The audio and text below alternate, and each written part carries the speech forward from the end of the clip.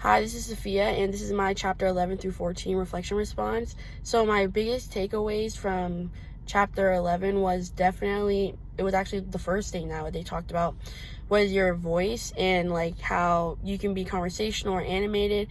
And this stuck with me because I feel like those two things are what I'm most comfortable with and good at doing. And I feel like it's like easy to hear and understand, and it's exciting. It's not boring when you're animated, so it adds another dimension to your speech, and people will remember this more often. And that leads me on to the next chapter where they talked about your different learning styles and how you can utilize that to make your audience remember your speech. And they're talking about using like pictures or images or having stats, or how some people learn by listening. And that's how I really like relate to that, because I feel like when I listen, I take in information better than like looking at something or just like hearing a stat. So that's why I feel like it's important to have such a strong delivery, which they talked about in chapter 11. But it also alludes to the next chapter where they're talking about like logos, pathos, isologos, pathos.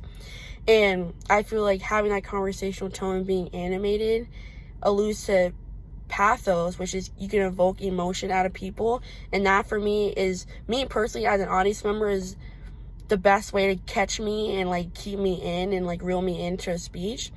So I think that's important that they talked about that. And even logos, which I personally don't really connect to that well, I see the importance in it though, because it does like validate your speech when you have concrete facts.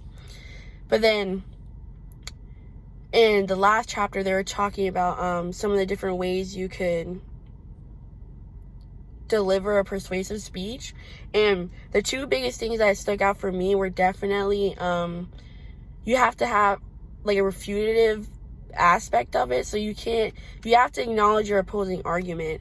And I feel like that was a really good thing to like notice and take note of, because I feel like a lot of people forget about that part, even when you're just arguing in general.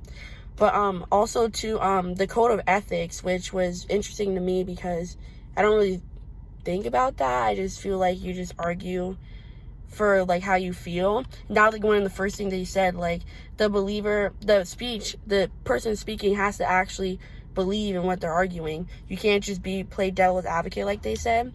So definitely really excited for the next speech. But yeah, from those chapters, those were my takeaways. Thank you.